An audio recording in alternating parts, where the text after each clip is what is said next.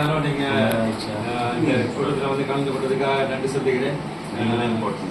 நாங்க முதல்ல டேக் பண்ண வேண்டியது கத்தருக்கு தான் நன்றி சொல்றோம். ஏன்னா நாங்கள் இது எப்படி பண்றதே தெரியல. ஜூலை அந்த 27 ஜூலை அன்னைக்கு நாங்கள் இந்த நியூஸ் வரும்போது நான் வந்து சர்வீஸ்ல இருக்கேன், அங்கே இருக்கேன். ஒன்றும் பண்ண முடியல சார், கிளம்பி போயாச்சு. நான் சர்வீஸில் உட்காந்துருக்கேன். சர்வீஸ் ஆரம்பிக்க போகுது. பாஸ்டர் நீங்கள் அங்கே போயிருந்தீங்க நடுவுப்பட்டு சர்வீஸ் ஆரம்பிக்கணும். எந்த மனநிலையில் நான் எப்படி உபதேசத்தில் உட்காந்துருக்கேன் எனக்கு தெரியல. ஆனாலும் கத்தரை பலன் கொடுத்தாரு எனக்கு. அங்கேருந்து எழுந்து வந்துடலாமான்னு தெரியல, எப்படி உட்காந்துருக்குன்னு தெரியல. ஆனாலும் கத்தர் அந்த நேரத்தில் பலன் கொடுத்து அந்த சர்வீஸ் முடிஞ்ச அப்புறம் தான் நான் அதை நியூஸ் எல்லாருக்கும் சொன்னேன். நிறைய பேர் ஸ்டேட்டஸ் பார்த்தாங்க, இவங்களோட ஸ்டேட்டஸ் பார்த்துட்டு என்னாச்சு அப்படின்னு என்னாச்சுன்னு சொல்லி கேட்டாங்க. அதுக்கப்புறம் நாங்கள் இந்த ப்ரேயர் மீட்டிங்கை வைக்கணும்னு சொல்லி யோசிக்கும் போது எப்படி வைக்கிறது, யாருமே அவங்க ஃபேமிலியிலேருந்து வரலையே, அப்படி எப்படி நம்ம ப்ரேயர் மீட்டிங் வைக்கலாம் ஒரு அப்படின்னு யோசிக்கும் போது அண்ணி வந்து தேங்க்ஃபுல் டு ஹர். எங்கள் மூத்த சகோதரர் இந்த குடும்பத்தை கூட சேர்த்து நாங்கள் இந்த ப்ரேயர் மீட்டிங் வைக்கிறதுக்கு எங்களுக்கு நீங்கள் ஒரு சான்ஸ் கொடுத்தீங்க. அதனால தேங்க்ஃபுல் டு யூ. அவ்வளோ தூரம் கடந்து வந்துருக்கீங்க. தொடர்ந்து இந்த நேரத்தில் நானும் என்னுடைய சகோதரனை பற்றி ஒரு சில வார்த்தைகள் சொல்ல ஆசைப்படுகிறேன். என்னன்னு சொன்னால், நான் அந்த எம்சிசியில் சேரும்போது நாங்கள் கார்லே ஸ்கூலில் தான் படித்தேன், தமிழ் மீடியத்தில் தான் படித்தேன். எனக்கு வந்து இங்கிலீஷ் அவ்வளோ சரியாக தெரியாது. ஆனாலும் அண்ணா வந்து எனக்கு லாஜிக்னு ஒரு சப்ஜெக்ட் இருக்குது. அந்த சப்ஜெக்ட் ரொம்ப காம்ப்ளிகேட்டட், மேக்ஸ் மாதிரி இருக்குன்னு கிட்டத்தட்ட. அந்த காம்ப்ளிகேட்டட் சப்ஜெக்டை எனக்கு சொல்லிக் கொடுப்பாங்க. எவ்வளோ பொறுமையாக சொல்லிக் கொடுக்க முடியுமோ அவ்வளோ பொறுமையாக எனக்கு சொல்லிக் கொடுப்பாங்க. இந்த லாஜிக் சப்ஜெக்ட் எனக்கு ரொம்ப இன்ட்ரெஸ்டிங் சப்ஜெக்ட் ஆகிப்போச்சு. அதுக்கப்புறம் ரொம்ப இன்ட்ரெஸ்டிங்காக சொல்லிக் கொடுப்பாங்க. அதே மாதிரி எதுவுமே வந்து பாசிட்டிவாக பார்க்குற ஒரு சகோதரன். எந்த காரியத்துலையுமே ரொம்ப பாசிட்டிவாக இருப்பாங்க. நீ பண்ணு, இறங்கி பண்ணு, பார்க்கலாம் அப்படின்னு சொல்லி தான் அந்த மாதிரி ஒரு மோட்டிவேட்டிங் டைப். இன்டர்வியூ போகும்போது நீ கிடைக்கல, அவருக்கு இப்போ தைரியமாக போ, எக்ஸாம் எழுந்து போ அப்படிம்பாங்க. ரொம்ப மோட்டிவேட்டிங் டைப். எதுலையுமே வந்து நெகட்டிவாக பேசுகிற நான் அவங்க பார்த்ததே கிடையாது. இங்கே அவங்க இந்த மதுரை கோர்ஸில் இருக்கும்போது, இந்த 3rd டிவிஷனில் இருக்கும்போது மதுரை கோர்ஸ் த்ரெட்டை வந்து இருக்க தமிழ்நாட்டில் இருக்க அவ்வளோ டெய்லர்ஸுக்கும் இன்ட்ரடியூஸ் பண்ணி விட்றாங்கன்னு சொல்லுவாங்க. ஏன்னா இங்கே போகும்போது தாம்பரத்தில் ஒரு டெய்லர் கடைக்கு போனாங்க, அண்ணா எப்படி இருப்பாங்க, அண்ணா எப்படி இருக்காங்க இன்றைக்கும் கேட்பாங்க. இன்றைக்கும் நிறைய டெய்லர்ஸ் கேட்பாங்க அண்ணா எப்படி இருக்காங்க. அந்த கிரீன் லார்ட்ஸ் டெய்லர், இந்த பக்கம் இருக்கிற 9 ஜென்ஸ் டெய்லர், எல்லா டெய்லர் எல்லாமே இன்னும் கேட்பாங்க. அப்போ அவங்ககிட்ட சொன்ன ஐயோ அண்ணா இறந்துட்டாங்களா அப்படின்னு அவங்களுக்கே ஒரு ஷாக். ஏன்னா அவங்களுக்கு அந்த த்ரெட்டில் இன்ட்ரடியூஸ் பண்ணி விட்டதே அவங்க தான். அவங்க வந்து இந்த சாட்டர்டேஸில் நான் எங்கள் வீட்டில் இருந்தேன்னு சொன்னால் எனக்கு ஃபோன் பண்ணுவாங்க, பிரேம் நீ ஃப்ரீயாக இருக்கேன்னு சொல்லிட்டு நாங்கள் தாம்பரம், பல்லாவரம், குடும்பட்டு அந்த ஏரியாலாம் போகலாம், நீ போகணும் அப்படின்வாங்க. நான் என் பைக் எடுத்துட்டு அவங்க பின்னால் கூட சொல்லுவேன். அப்படி வெல்கம் பண்ணுவாங்க.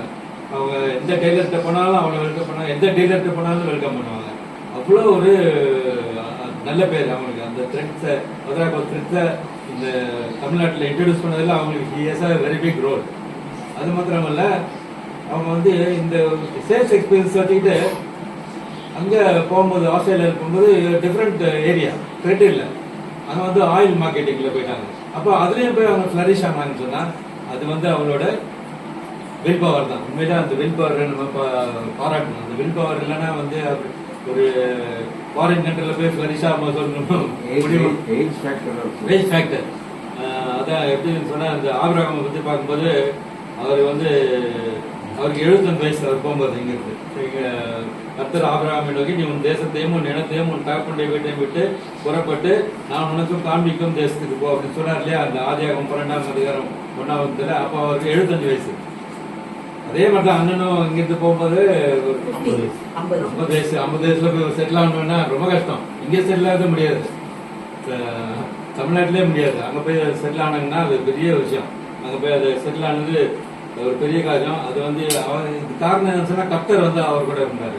மோசே கூட கர்த்தர் சொன்னார் இல்லையா, யாத்திராகமம் 33ஆம் அதிகாரம் 14-15 பார்க்கும்போது, அதற்கு அவர் என் சமூகம் உனக்கு முன்பாக செல்லும், நான் உனக்கு இளைப்பாறுதல் தருவேன் என்றார். அப்போது அவன் அவரை நோக்கி, உம்முடைய சமூகம் என்னோடு கூட செல்லாமற் போனால் எங்களை இவ்விடத்திலிருந்து கொண்டு போகாதிரும் அப்படின்னு சொல்லிட்டாரு. நீங்க எங்க கூட வந்தா மட்டும் நாங்க போவோம், இல்லைன்னா போக மாட்டோம் அப்படின்னு சொல்லிட்டாரு.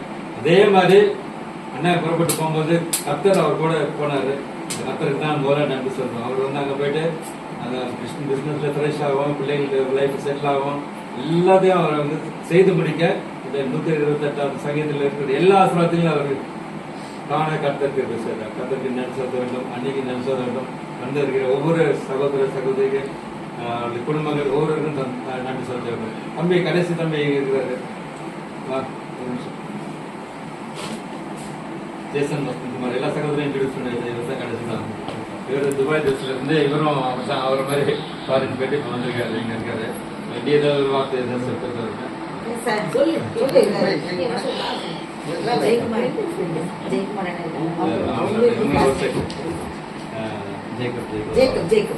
மீனமாக எல்லோருக்கும் நன்றி சொல்லுகிறேன். நேரம் கடந்து விட்டது. ஐயா வந்து ஒரு ஹவுஸ் வார்மிங் போயிட்டு இப்போ வந்திருக்காங்க. இன்னைக்கு அவருடைய பிள்ளைகளுக்கு பர்த்டே, ரெண்டு பேரும் அவங்களுக்கு பர்த்டே. மறுபடியும் அந்த ஒரு ஹோமுக்கு போய் ஃபுட்டெல்லாம் கொடுக்குறதுக்காக எடுத்து வச்சிருக்காங்க காரில். ஃபுட்டெல்லாம் கொண்டு கொடுக்கணும். பல வேலைகள் மத்தியில் கலந்து கொண்ட ஐயாவுக்கு நன்றி தெரிவித்துக் கொள்கிறேன். உங்களுக்கு ஒரு அன்பின் விருந்து ஏற்பாடு செய்திருக்கிறோம். தயவு செய்து இருந்து அந்த அன்பின் விருந்து கலந்து கொண்டு செல்லுமாறு கேட்டுக்கொள்கிறேன். ஐயாவும் நம்மளுடைய